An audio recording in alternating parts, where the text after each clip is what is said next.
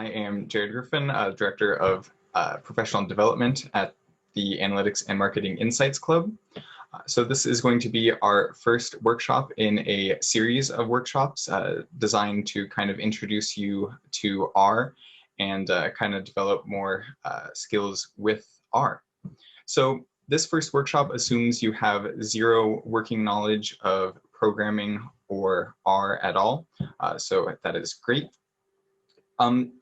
By using like the little yes and no responding features, has anyone ran an R script before, or do you have any experience with R? All right, that is a lot of no's, so that is fantastic. All right, so let's get started. So I first want to talk about some of our learning outcomes we'd like for you guys to learn at the end of this workshop. So we'd like you to understand how to use the many online resources and communities for both R and RStudio. We'd also like you to have installed R and RStudio. We also want you to know the layout and menus and settings of RStudio. Of course, we want you to start, run, and saved in our script. We will talk a little bit about our packages and how to install them. And we will be looking at R Markdown to create some beautiful documentation. All right, so before we get started, I'd like to talk about a brief history of R. So it was created in 1991 and released to the public in 1993 by these two gentlemen here, Ross Iaka and Robert Gentleman, who were both from the Department of Statistics at the University of Auckland. It was actually created as a branch, or since programming languages are languages, it was a dialect of the S programming language. S was only available commercially and was very expensive, so these two gentlemen wanted to create a more free and open source programming language, which they did. It is written in C, so that gives it the advantage. It can run C and C++ code natively, which is great for very high performance computing. All right. So why do we want to know R? Or what are some of the uses R can do? So Microsoft uses R for their Azure machine learning backend. They also use it for their Xbox Live matchmaking services. Lloyd's of London, which is a large banking firm, uses it for risk analysis. IBM is actually a part of the R consortium and has contributed to R. R is also used in healthcare. One example is being able to predict tumor growth in patients when given a lot of data. And last fall, I worked on a consulting project for Intertrend where we analyzed all of the data using R, and that was my first introduction to R, and I found out I really enjoy it. All right, so before we go any further, I would like to, if you already don't have R installed, let's get you installing R right now. So my colleagues will post some links in the chat for the R and RStudio download. So I'm going to go to the R download page first. You can also just Google R download, it should be the first one. It's going to be the comprehensive R archive. You should be presented with this page, and we have three different choices for operating systems. Since we're on Windows, or I'm on Windows at least, we can just click Windows. And you'll want to click Base as we're installing R for the first time. So we can click Base, and then you can click Download R 4.0.2 for Windows. This will just run an installer. You can accept all of the default values. I'm not going to do it right now because I already have it installed and it takes a minute or two. Once you have R installed, we will want to install RStudio. So there is the link right there. It should be in the chat as well. So you should be presented with this page. We can scroll down. You'll want to pick RStudio Desktop, the one that says free, and you can click download here. should automatically should know your operating system, so you can just click download RStudio for Windows. This will again take a minute to download, and then once you run it, it will install. Again, I'm not going to do that right now just because I already have it installed. If you are not able to use or install R or RStudio on your computer, you can actually go to the virtual software lab provided by Cal Poly Pomona, which again, the link should be in the chat. So this is the virtual software lab. I actually just came across this recently. You'll want to click General Lab, click Enter General Lab. This will open up a AWS or Amazon Web Services instance or a virtual machine where you have essentially a entire computer in your browser that already has R installed. So that can be a great way to follow along if you are not able to install. So while everybody is either installing R or loading into that, I'd like to talk about some of the resources and community regarding R. So first off, let's talk about Facebook. There are many R Facebook groups, but the most popular one is going to be the R Statistical software group. So let's go visit that page right now. So we'll just jump into Facebook. I pretty much only use Facebook for their groups. So here you can see I'm already in the R Statistical software group, but you might have to search it. It is private, but if you just ask to join, they will let you in. So you can scroll through this. We can kind of explore what people are putting out. So here, looks like that is a tutorial on apply functions in R. So that's nice. People ask questions here. So this gentleman's asking about plotting trend lines. This Facebook group is a bit more passive, I like to think of it as. So it'd be something that you kind of follow on your Facebook homepage. And then as you're scrolling through Facebook, they just kind of sporadically pop up and you're reminded of R. So you don't need to explicitly go out and find this page. It's kind of just presented to you. There's a lot of different people on this page here. This person is a biologist, so you can kind of tell R is used in a vast amount of disciplines. All right, the next resource I'd like to talk about is going to be Stackoverflow. So Stackoverflow is a great resource for all programmers, and since R is a programming language, we are programmers. So pretty much if you have a question, it's going to be answered on Stackoverflow. I rarely can find questions, or I can't find answers to my questions on Stackoverflow. So I want to kind of show an example of that first. So the question I have is, I want to know how to create a new column in R. So I'm going to search that. And you notice there's 500 results. That is plenty for us. Notice there are also votes and answers. It uses a upvote and downvote system similar to Reddit. And you can tell easily if a question is answered or not. I found that Stackoverflow's searching algorithm is not the best. You can kind of see these results here. And they're pretty close to what we want. But I have found if we instead take this query, paste it into Google, and then add Stackoverflow at the end, we get better results. So this is exactly what we want. They're asking how to create a new column in R. So let's check that out. Looks like they have a data frame.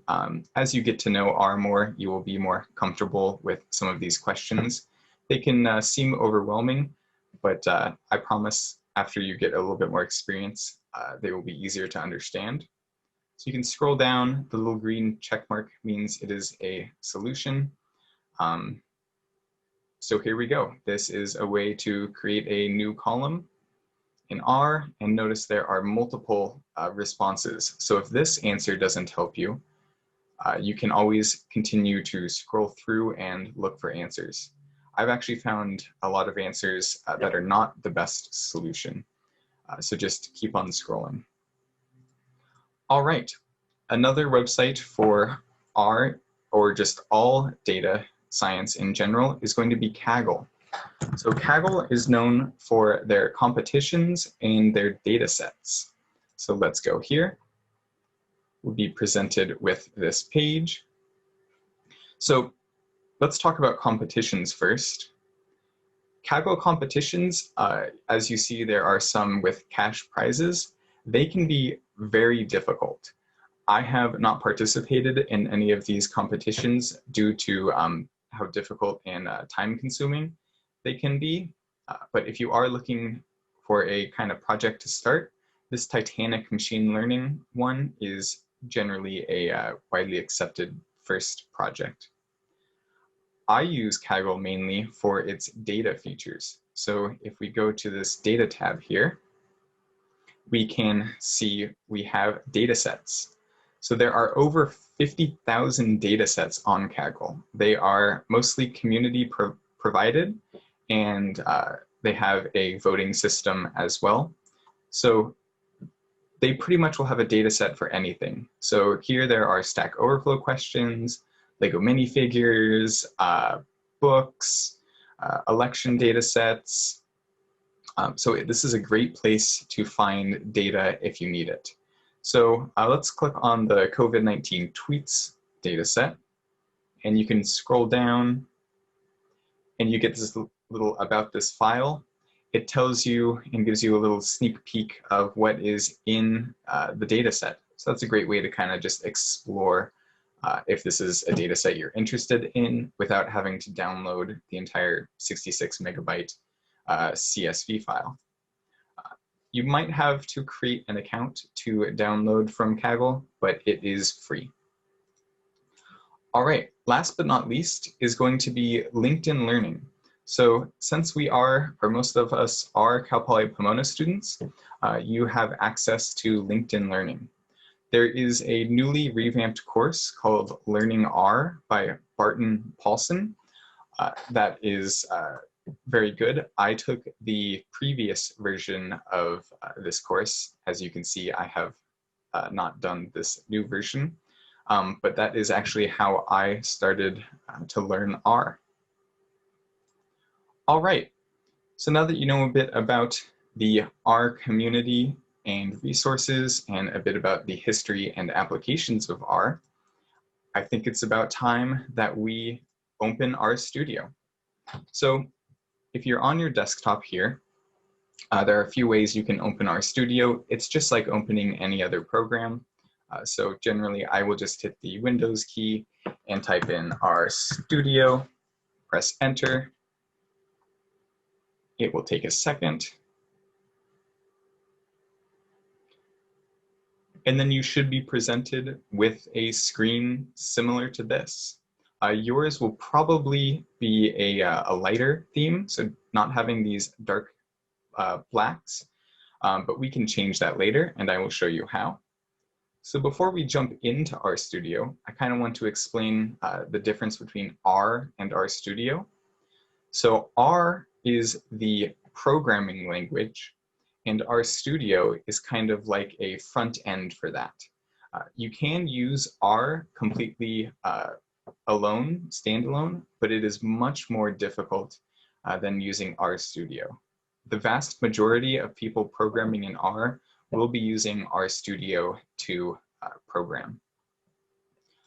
All right, now let's actually talk about RStudio and the environment.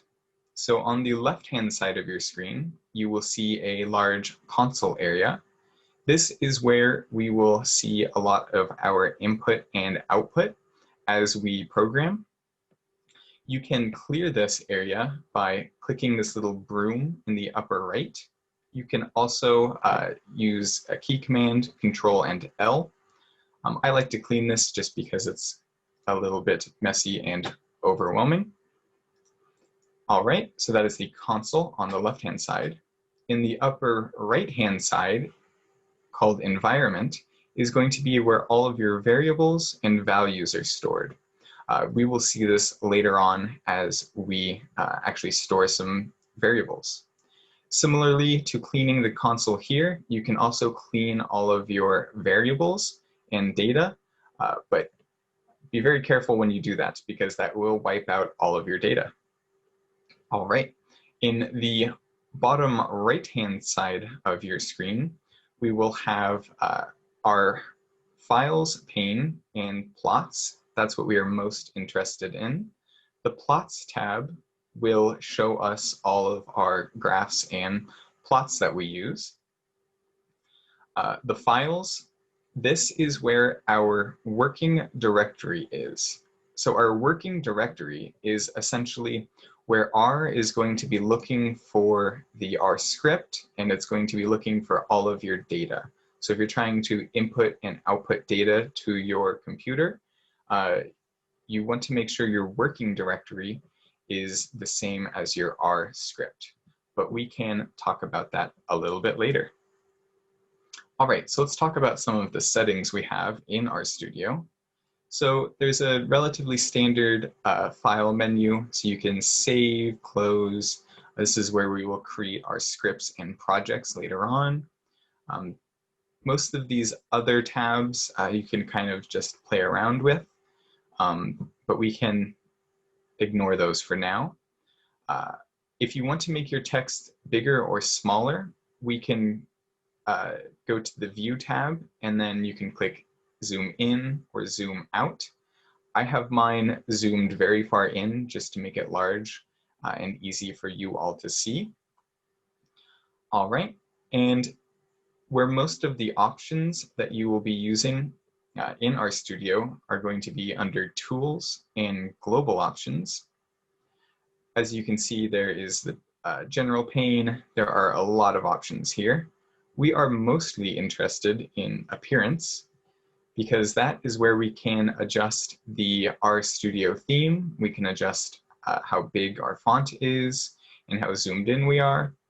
And we can change the editor theme. There are tons of themes. You can add more, but the built-in selection should be plenty for you. I'm using Vibrant Ink just because it should be fairly easy to see, and it is a dark theme. All right, now that we know a bit about RStudio, let's create our first script. So what we're going to do to create our first script is you can click this little button here with the white piece of paper and the green plus, or you can go to File, New File.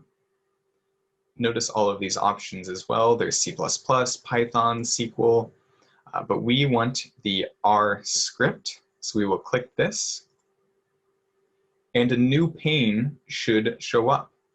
So here it's just called Untitled 1, and this is actually our R script. And here we can do some programming. So to start, I kind of want to explain how R reads your commands. So a lot of programs like C++ and Java, it will, when you try to run your program, the program will kind of read every line of code you have in the project and execute it pretty much all at once. With R, you can actually run it line by line. So I consider it much more of a dialogue. So it's like almost as if I am talking to R and RStudio. So let's kind of demonstrate that here. We can do some simple math to get started. So I'm just going to type 1 plus 1. And the way you run a line of code in R is not Enter. You have to hold down Control and then press Enter. You can tell if the line of code has executed by looking in the console below. You can see in orange, this was my input, and in white, this was my output. So I asked R and RStudio, what's 1 plus 1? and it's saying to me it is 2. So that's great. We do in fact know that 1 plus 1 equals 2. We can try some other operators just to confirm they are working. We can do 2 times 2, and we will run that again with Control and Enter. And this is our input. This is our output. 2 times 2 is 4. Great. Let's do one more math operation just to make sure. Let's do 3 to the power by using the little caret symbol of 3. So I'm asking R, what is 3 to the power of 3? We can run that with Control and Enter, and we get our output of 27. So now you can see R can do some basic math, but a basic calculator could do this. So let's actually try to create a variable and store some data in RStudio. So the way we create a variable, we first can name it. So I'm going to call it message. You can name this whatever you would like. Then we need to use the assignment operator. The assignment operator is going to be the less than sign combined with the minus sign. And that's the assignment operator here, that entire thing. And for the message, since I want it to be text, I'm going to use quotation marks. So I will start the quotation marks. Notice RStudio actually generates the second set, or the closing set, which is really nice. So let's type in our message here. There's only one message we can really put, and it has to be hello world. That is our first variable. So we can run this, and you see in the right-hand corner, the upper right-hand corner, we have a variable called message, and in it, it says hello world. So if we dissect this line of code, essentially what I've done is I'm saying, can you please store this message, this piece of text, can you please store it using the assignment operator in the message variable? So that is exactly what happened. As you can see here, it took our input. We don't get an output, but we can tell it worked because our variable is now stored. All right, so now we have a stored message. We can use a function on it. So let's use a very simple function. So I'm just going to type in print. Notice as I type in print, a kind of dialog box pops up and has a lot of different settings, or functions rather. RStudio will try to kind of autocomplete what you are trying to do, and this can really save you a lot of time. So in order to select which function you would like, you can just use the up or down arrow key and highlight over the one you would like. I want the print function. So once you've highlighted that line, you can press the tab key, and RStudio will automatically fill this in. It's not too useful right now because print is a pretty short function, but when you get larger functions or when you're trying to access certain data, it really is a lifesaver. It also generated our open and close parentheses for us. So I want to pass this function a variable. So I want to ask it to print my message. So I will just type in the message variable here. Notice R actually does autocomplete this. So I can just press tab to autocomplete it. So now I have a line of code. I'm asking this function to print this message. So let's run this by, again, using Control and Enter. And you can see in the console below, we have our input and our output is hello world. So we have successfully ran a function in R. So Notice that everything we're running in this scripting window is also appearing in this console below. So you can actually type in commands in the console and run them. So let's try print and message again. So in this console, we can just press enter, and we get the same thing as we did when we ran it from this scripting pane. So there are some advantages and disadvantages to this. A disadvantage is that this little line of code, it's not really stored anywhere. I consider everything in the console as kind of volatile. So when you clear RStudio or close it, it will disappear. So like if I were to clean this console, that line of code is gone. So I rarely run commands from the console. It is generally in the scripting pane where I will run things from. All right, so let's talk about assigning numbers to a variable. R is very good with data types, so we don't really need to manage it. I come from C++ to where managing data types is absolutely necessary.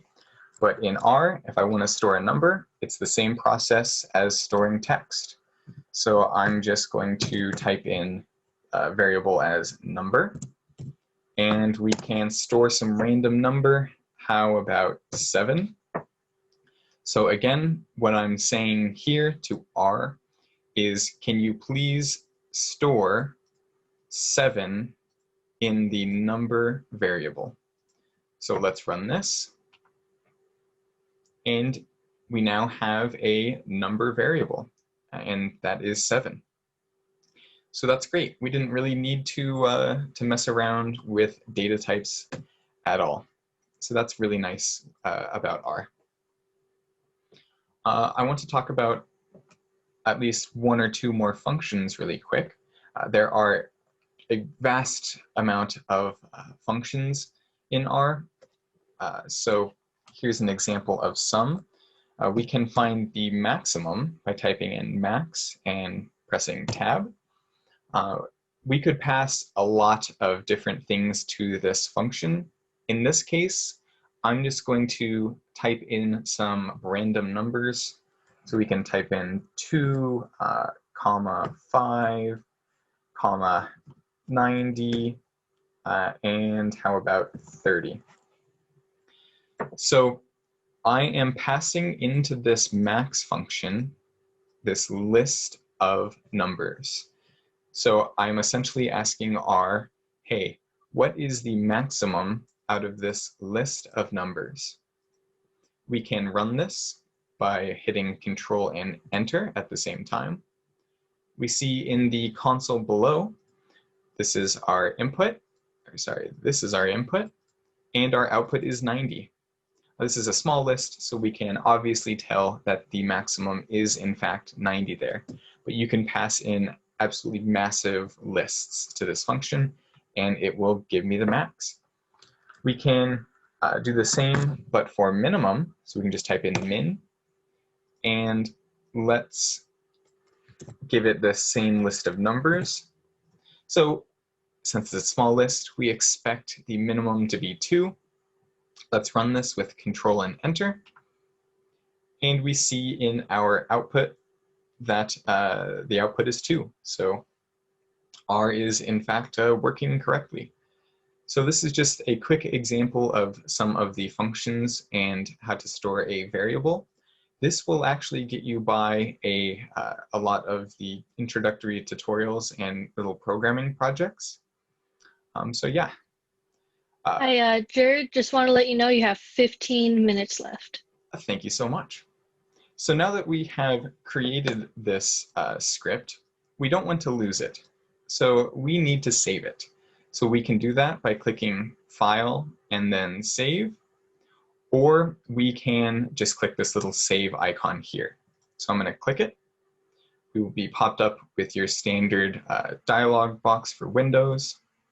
I'm going to save it to my desktop under a folder called R Workshop. and then you need to name your script. I'm just going to call it my first script, and we can just click save. And you can see up here, our script name has changed to my first script, and we are successfully saved it. So I'm going to close out of R because I want to make sure this actually did save. So we can close out of that and just exit out of R together. When it asks you to save your workspace image, it's a good practice to click save. That will save like some of your variables. So now we have this R workshop folder on my desktop with my first script. And to open it, we can just double click it. You may have to right click it and click open with R if it's the first time doing it. But R will be happy to open it. You can also go to File, then Open File if you're already in RStudio. And here we go. So here's our script with all of our saved data. You will notice all of our variables are gone, which can be a pain. So the way we can make sure all of our variables are preserved is by using projects in RStudio. So projects, you can kind of think of them as a container for all of your scripts and data. So if you are working with a lot of different R scripts, when you start working on your assignment or project, you don't want to have to find each of them on your hard drive, open them all up, and then find where all of your data is and possibly have to rerun all your scripts. That's a pain. So RStudio has a built-in projects feature. So let's actually explore that right now. You can do this two ways. You can click File in the upper left-hand corner and click Open Project, New Project. Or you can go to the upper right-hand corner where it says Project, and then you can do New Project here. So let's create a new project. So take a second, there we go. You should be prompted with this dialog box. Now I want to create this project with the script I just made.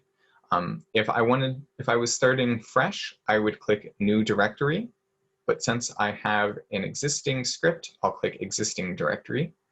There's also version control, which has to do with Git and GitHub, but that will be discussed later on.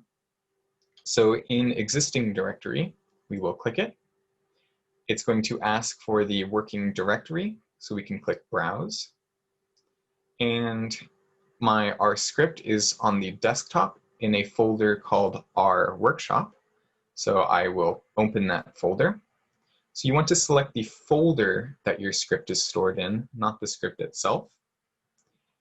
And what we can do now is just click Create Project. R will kind of refresh a little bit.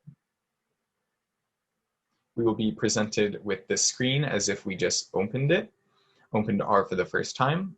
And in the bottom right-hand corner, you should see your script file here, potentially an R history file, and you should see this rworkshop.r project file.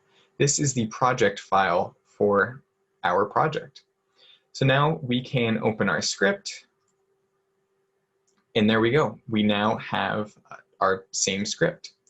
So I'm actually going to run this. You can run multiple lines of code as well by highlighting them all and pressing Control and Enter. And there we go. We've ran our entire script. We have some values here.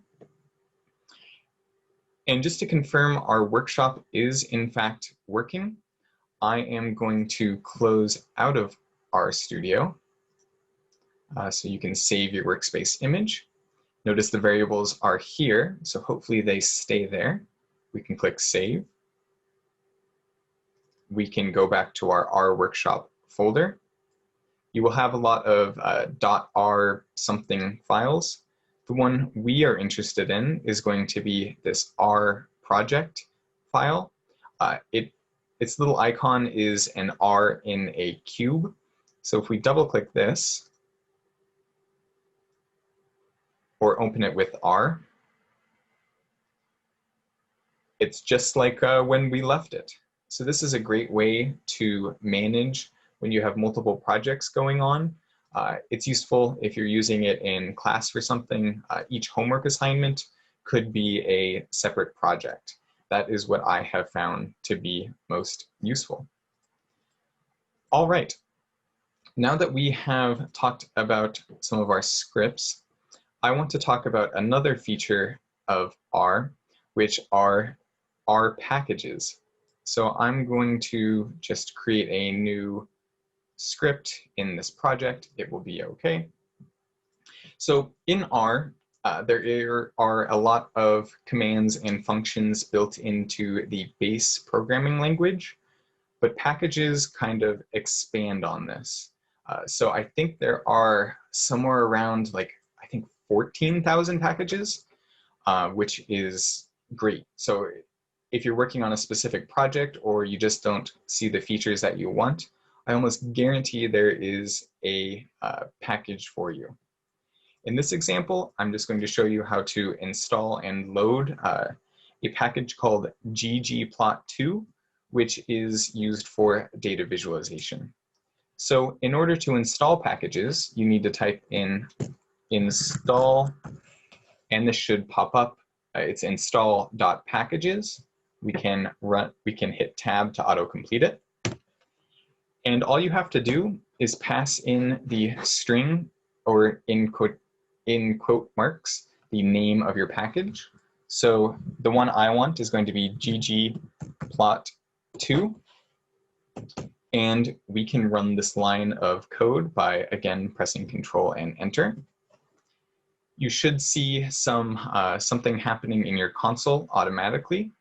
You may also be getting an error. You will get errors if you do not have Java installed or the correct version of Java installed.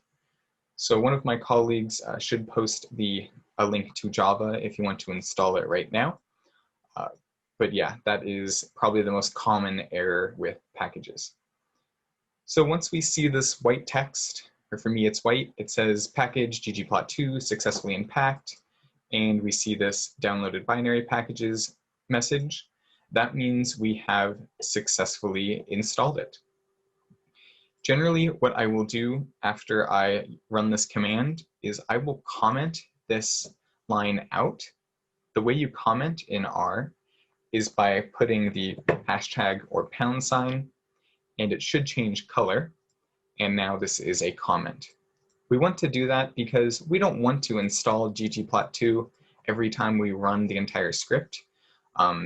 It's not going to be updated that much to where you need to install the new version every single time that you run a script. So now that we have installed the package, we can actually load it. So the way we will load it is by typing in library. It will potentially auto-populate for you, and you can just select it and press tab to autofill. And the library we want is going to be, in quotation marks, ggplot2. We can run this by hitting Control and Enter. And we get a warning message saying ggplot2 was built under a previous R version. That is generally okay. R is fairly good with compatibility. So as long as everything is running well, you can largely ignore it. I'm sure at one point they will be updating ggplot2 to the current R version, which I think is 4.0.2. All right, so this is how you load and install pretty much any R package, just these two lines, and it will automatically download for you. So I want to show you a quick example of the ggplot2 library and kind of why libraries are really important. So I'm going to not run through the entire coding process, but I have it over here prepared. So I'll go kind of one line. So I'm using I'm setting the theme to classic here for ggplot2. That's all right. And now I want to start creating some plots. Jared, you have about 5 minutes left. All right, great, thank you. So a lot of this syntax might be a little bit confusing for you. Another great resource with R are these kind of cheat sheets. So if you are to type in ggplot2 cheat sheet into Google, I'm sure you will return a great resource, ggplot2 cheat sheet. And it kind of explains all of the lines of code and all of the different types of geometries or types of charts you can create. So here I just want to create something called a density plot. So this is all of the code required for that. Don't let it scare you too much. You can notice a large chunk of this code is just adding labels to the graph. Otherwise, we create this pretty nice looking graph with just these 2 lines of code. So I'm going to run this. It will take a second. Oh, I'd actually need to add this little line of code so we can view the graph. So if we type G, all right, that's not what we want at all. So maybe we can run this one by one. So we can run that, and here, and there we go. We now have a pretty cool or nice looking chart using the built-in data set in ggplot2 called MPG. But that's just one of the nice built-in data sets that you can access. So we can actually either export this as an image, PDF, copy it to clipboard, or you can click zoom, which I like to do to preview it. And it is actually a responsive graph. So you can adjust this to whatever size you would like, and it will be great. So if you want to analyze it, you can visually analyze your data here. You can kind of see these little groupings of cylinders rather. So you can tell like the 8 cylinders on average get worse city MPG than the 6 cylinders, and so on. So this is a great way to visually present your data. All right, so I want to talk about Markdown really quick, which is a great way to kind of distribute your R code. So I will just use the built-in example here. You can create an R Markdown file by clicking File, New File, and then R Markdown. So we can title it something. Let's just call it Data Viz. I am the author. And when you're creating this, I generally recommend HTML, so does RStudio. You can export to PDF and Word later on. So we can just click OK here. And we will get this kind of complex looking R Markdown script, but it's not too bad to kind of deal with. We can talk about this later, but I just wanted to show you an example of it. You can run this Markdown script by clicking this knit button here. So we will click it. We need to save it somewhere. I'm just going to call it data viz. R will do its work. And we should get a preview window here. And here we go. This is actually an HTML file that we are just viewing. But it is a great way to kind of neatly explain your code and document what you've been doing.